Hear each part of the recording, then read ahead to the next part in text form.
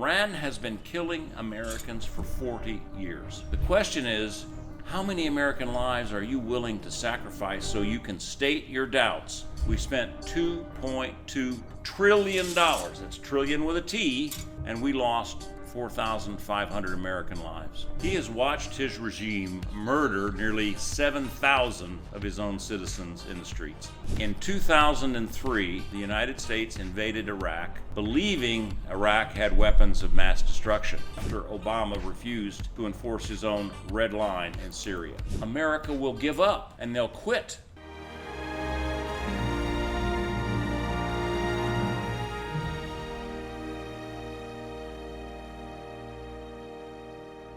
Picture an Iranian soldier. He has watched his regime murder nearly 7,000 of his own citizens in the streets. He has watched the economy collapse so completely that a single US dollar now costs 1.6 million Iranian rials. It looks to him that the regime is finished. The only question he is asking himself right now is, will America stay the course long enough to finish off the Iranian regime? Because the mullahs are telling him the same thing they tell every Iranian hardliner. The Americans will lose their nerve. Congress will pull the plug. And right now, some members of Congress are helping make that case. Today, I'm going to show you both sides of this debate and what common sense demands we do to finish what we started. Welcome, patriots, to this edition of Common Sense for America. I'm Bruce Rutherford, your host and commentator,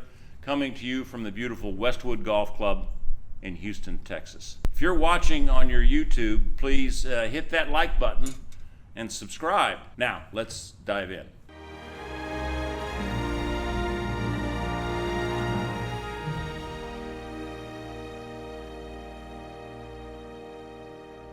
Here is the argument on the left. They are not entirely wrong. In 2003, the United States invaded Iraq, believing Iraq had weapons of mass destruction, weapons that were never found. We spent $2.2 trillion, that's trillion with a T, and we lost 4,500 American lives. We handed Iran a wider sphere of influence than it had before we arrived.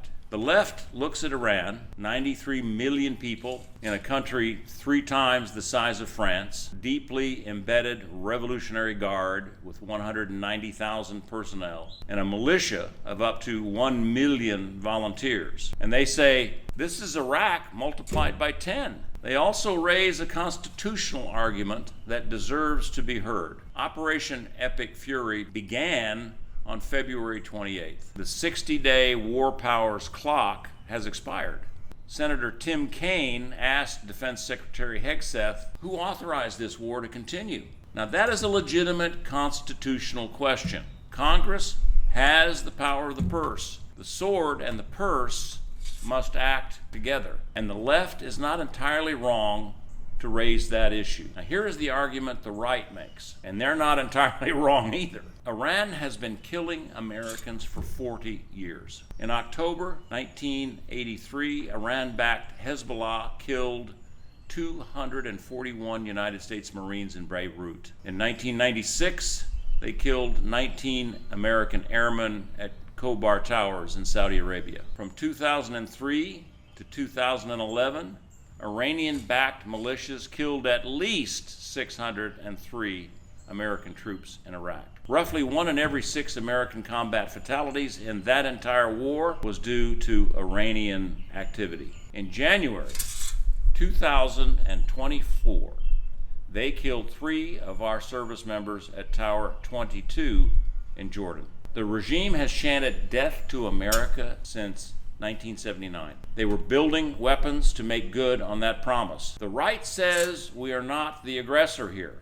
The right says we are righting a wrong that has been done to thousands of Americans. And if we stop now, with the regime on the ropes, we hand every adversary on earth the same lesson Iran learned after Obama refused to enforce his own red line in Syria. That lesson was, American resolve is just talk. America will give up and they'll quit. The right is not entirely wrong about that lesson. Yesterday, the Senate passed a measure with a 50-47 vote aimed at limiting Trump's war powers in Iran. 4 Republican senators joined the Democrats in voting for it. John Fetterman was the lone Democrat to vote against it. Now, this vote brings this resolution out of committee. It doesn't mean it'll be passed by the Senate when it finally comes to the full floor of the Senate. I think John Fetterman, the Democrat, did the right thing. This Senate vote gives aid and comfort to the enemy. It should be reversed. Now, just think about that. Here's the real problem, and it is not the left or the right. It is the absence of a unified American will. At this moment, it's that absence that matters most. When senators stand up in an open televised hearing to question whether or not this war should continue, they're not conducting oversight.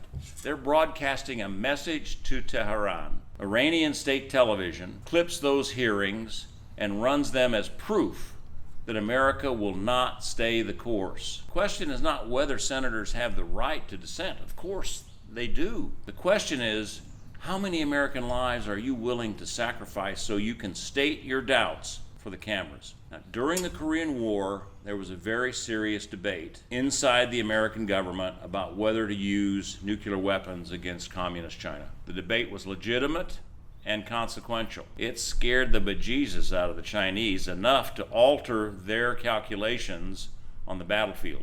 But it happened through appropriate channels, not in open hearings designed to be filmed and clipped by the enemy propaganda machines. In World War II, German Tiger tank commanders used to brag that they could kill 4 or 5 American Sherman tanks for every Tiger tank that was lost. And they were right. The problem for them was that in the time it took for the Germans to kill 5 Sherman tanks, the Americans built 10 more. That's what unified political will looks like to an adversary. Right now, members of Congress are questioning whether America can sustain its ammunition supply in order to conduct this war. And they're doing it in open session. That is not oversight. That's telling the Iranian hardliners the Shermans are running out and nobody is building anymore. That's the wrong message, the absolutely wrong message. James Madison wrote in 1793 that those who conduct a war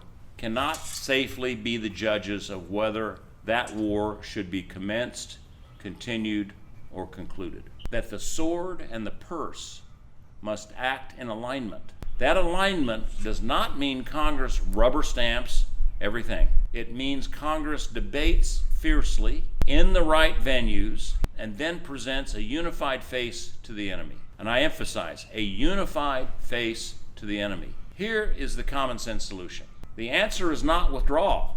It's not rubber stamping without accountability. Common sense tells us that a congressional resolution authorizing this operation, this war, is the single most powerful thing Washington can do right now. Not because it is legally required, but because presidential action alone can be reversed by the next president. A congressional resolution cannot be reversed. It tells every Iranian soldier, every Iranian citizen, and every Iranian hardliner that this is not a political maneuver. This is the permanent, unified will of the American people. Once that resolution passes, here are the exit conditions that must be non-negotiable. Disarmament and disbanding of the Iranian Republican Guard, the Bashi militia, and the secret police. United Nations supervised free elections with the Iranian army under the supervision of the American army providing protection for those elections. And the sanctions stay in place in full,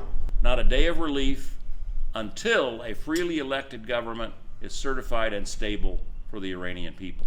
The Iranian people have already bled for this. They started this revolution. Our job is to help them make their sacrifices worth something, that they are not wasted. While Washington argues about the progress of this, about the process, we jeopardize all of that. We must unify with a resolution supporting the war and support the Iranian people. Here's what you need to remember. Iran has killed more Americans than any other terrorist regime on earth. We did not seek this war. It was forced on us by a regime that shouts death to America, and they were building the weapons to make good on that promise. A congressional resolution is not a restriction on the commander-in-chief. It is the proof to every adversary watching that America does not bluff, does not flinch, and will not quit. Call your representative and tell them to bring this to a vote. Tell me in your comments, do you think Congress should authorize a resolution to support and continue this war? Or should we pull back? I want to hear from you. Until then, may God bless you and yours, and God bless America.